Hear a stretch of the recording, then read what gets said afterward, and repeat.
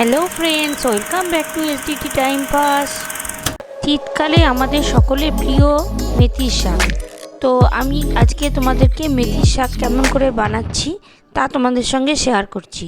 তো চলো, প্রথমে মেথির শাক আমরা কেটে কুচি কুচি করে নিয়ে নিলাম। আর আরেক সাইডে আমরা বেগুন, আলু আর বড়ি, ঘরে বানানো বড়ি আমি পারি না, তো আমার পিসি দিয়েছে সেই বড়ি, ওই বড়ি, আলু আর বেগুন এক সাইডে নিয়ে নিলাম। তো চলো মেথির শাকটা আমরা কি করে বানাচ্ছি, ভিডিওটা পুরোটা দেখো, ভালো লাগবে। তো কড়াইতে তেল দিলাম, সরষের তেল, একটু গরম করার জন্য ওয়েট করছি। তেলটা গরম হয়ে গেলে আমরা যে কুচি কুচি করে আলু কেটে রেখেছিলাম সেটাকে ছেড়ে দিলাম। তো আলুগুলোকে আগে আমরা লাল লাল করে ভেজে উঠিয়ে নিচ্ছি। লাল লাল করে যখন আলুটা ভাজা হয়ে যাবে, তারপরে আস্তে আস্তে করে একটা একটা করে সবজিগুলো দিব। তো আলুটা আগে ভাজি, আলুটা ভাজছি, দেখো।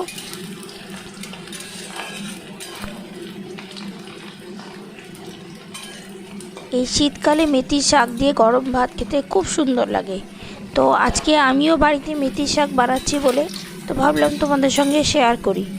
তো মেথির শাকের জন্য আলুটা ভাজা হয়ে এসছে, এবার আলুগুলোকে আমরা এক সাইডে উঠিয়ে নেব।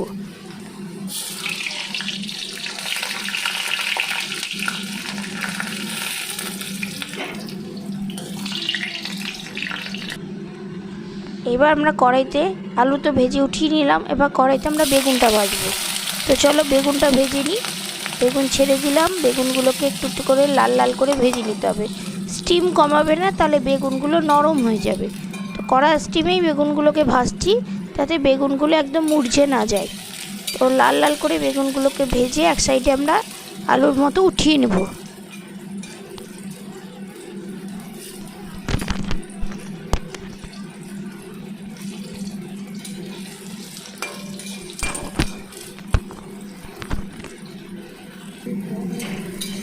বেগুনটা ভাজা হয়ে গেল, এবার বেগুনটাকে আমরা আরেকটা ওই পাত্রে, যে পাত্রে আলু উঠিয়ে রেখেছি সেই পাত্রে বেগুনটাকে উঠিয়ে রেখে দিচ্ছি।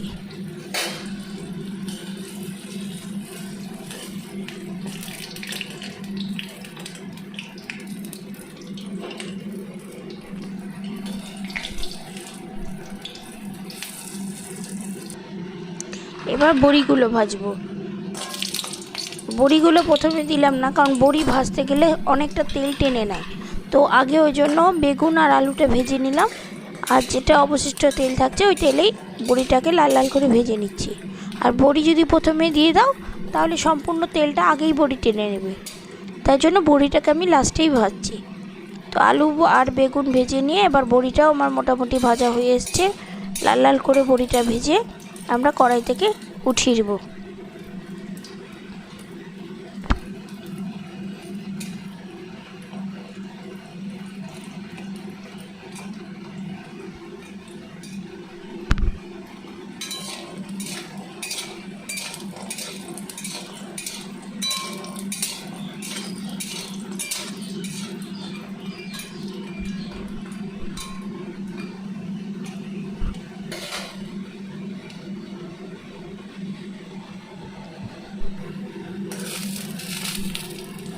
এবার বড়িগুলোকে উঠিয়ে নিচ্ছি পাত্রে থেকে, কড়াই থেকে উঠিয়ে নিলাম। বড়িগুলো লাল লাল করে ভাজা হয়ে গেছে।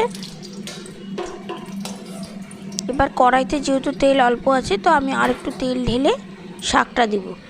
তো কড়াইতে একটু তেল ঢেলে নিই, তেলটা কমে গেছে।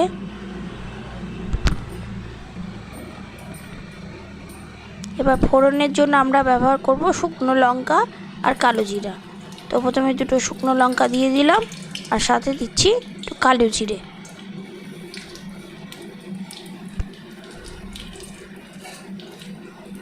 তো এটাকে একটু নাড়িয়ে নিই।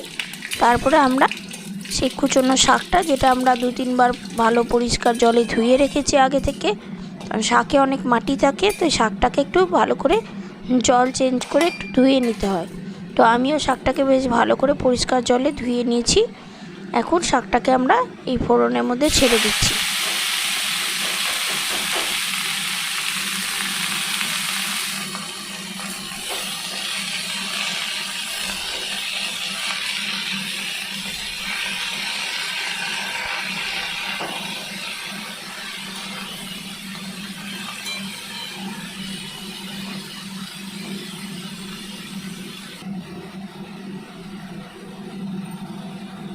একটু লবণ আর একটু হলুদ আমি আগে দিয়ে দিচ্ছি, তাহলে শাকটা খুব তাড়াতাড়ি নরম হবে। আর শাকটাতে পরেও নুন দেওয়া যায়, তো আমি প্রথমে নুন অল্প একটু দিলাম এই জন্যই, যাতে শাকটা থেকে একটু জল বেরিয়ে একটু সফট হয়ে যায়, নাহলে অনেকটা ঘাস ঘাস লাগে। আমি ওই জন্য প্রথমেই একটু নুন দিয়ে দিয়েছি, তাহলে আর এক্সট্রা করে জল দেওয়ার প্রয়োজন নেই। শাক থেকে এমনি জল বেরোয়, আর একটু ভালো মতো জল বেরিয়ে শাকটা নরম হয়ে যাবে। তো এবার আমরা লবণগুলো দিয়ে, লবণটা একটু কমই দিবে, না হলে শাকটা কমে যায় যেহেতু, তখন লবণ চড়া হয়ে যাবে। দিয়ে এবার আমরা একটু ঢেকে দিলাম খানিকক্ষণের জন্য। এই দেখো এবার একটু জলও বেরিয়ে গেছে, এই জলেই শাকটাও সিদ্ধ হয়ে এসছে। তো ভালো করে জলটা একটু শুকোক, তারপরে আমরা সেই সবজিগুলো দিয়ে দেব। এখনও অনেকটাই জল বেরিয়েছে, এই জলটা ভালো করে আগে শুকাক, ঢেকে দিই।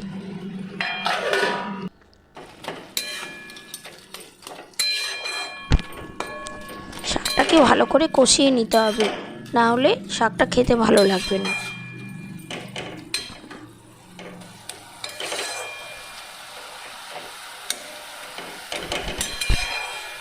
শীতকালে মেথির শাক খেতে খুব সুন্দর লাগে, আর মেথির শাকে অনেক উপকারিতাও আছে, তাই জন্য শীতকালে মেথির শাক সকলেই মোটামুটি শীতকালে খায়।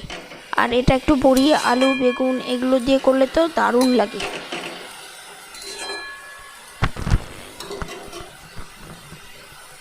তো শাকটা প্রায় হয়ে এসছে, এবার আমরা যে বড়িটা রেখেছিলাম ওটাকে একটু ভেঙে ভেঙেই দিচ্ছি, তাহলে খেতে ভালো লাগবে। আর যেগুলো বড়ি দিলেও ছিল ওগুলো দিয়ে দিচ্ছি, আর সঙ্গে দিয়ে দিচ্ছি আলু আর বেগুন। এই আলু আর বেগুনটাও আমি দিয়ে দিলাম।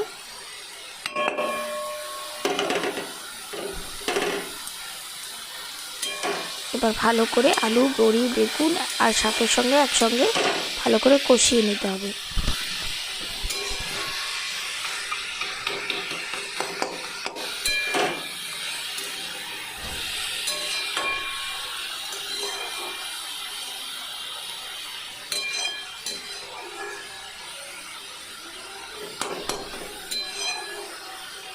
কয়েকটা কাঁচা লঙ্কা উপর থেকে ছড়িয়ে দিলাম, তাহলে খেতেও ভালো লাগবে।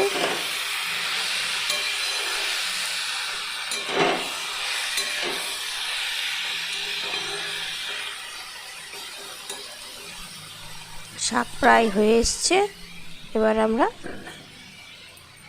থালা দিয়ে একটু কিছুক্ষণ ঢেকে রাখি, তাহলে এই বেগুন আলু সব মুছে যাবে ভালো করে।